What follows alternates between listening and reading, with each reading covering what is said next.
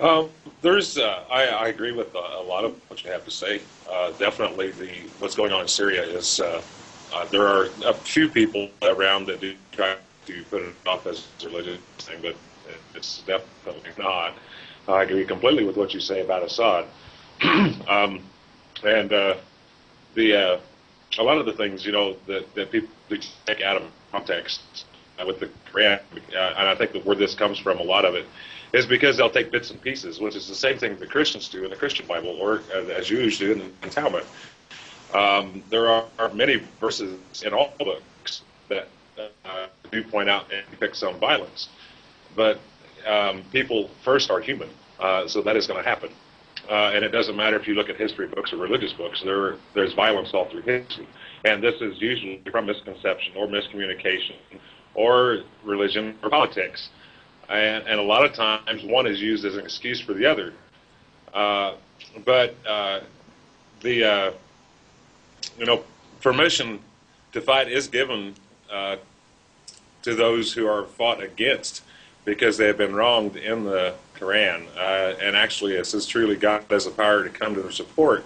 Those who were expelled from their homes without any right merely for saying our Lord is God, which is Surah Al-Jaz 39:40. And, there are things like this, but taken out of context, a lot of people use these for excuse.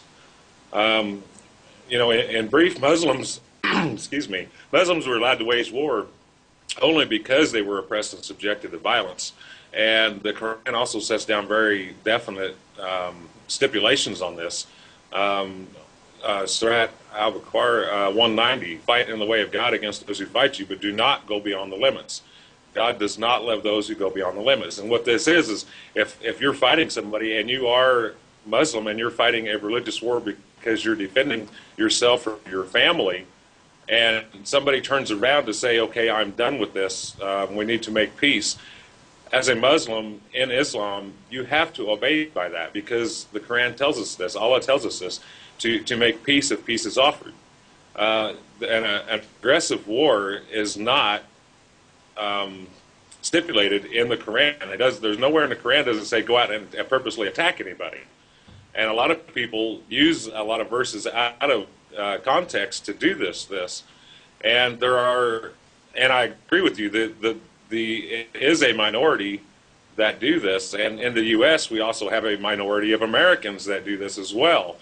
And one thing that they forget, and I'm not going to pick on any books, but you can go to any of the other books, and actually, in my opinion, there are worse verses in these books.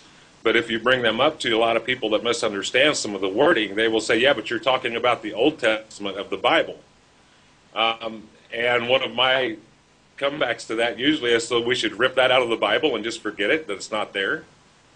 And the same thing goes with the Quran. You have to use common sense. You have to have knowledge. You have to have education to understand what you're reading. Without that knowledge, without that education, how can you understand what you're reading? And it's going to be interpreted wrong. So yes, education is definitely the key here.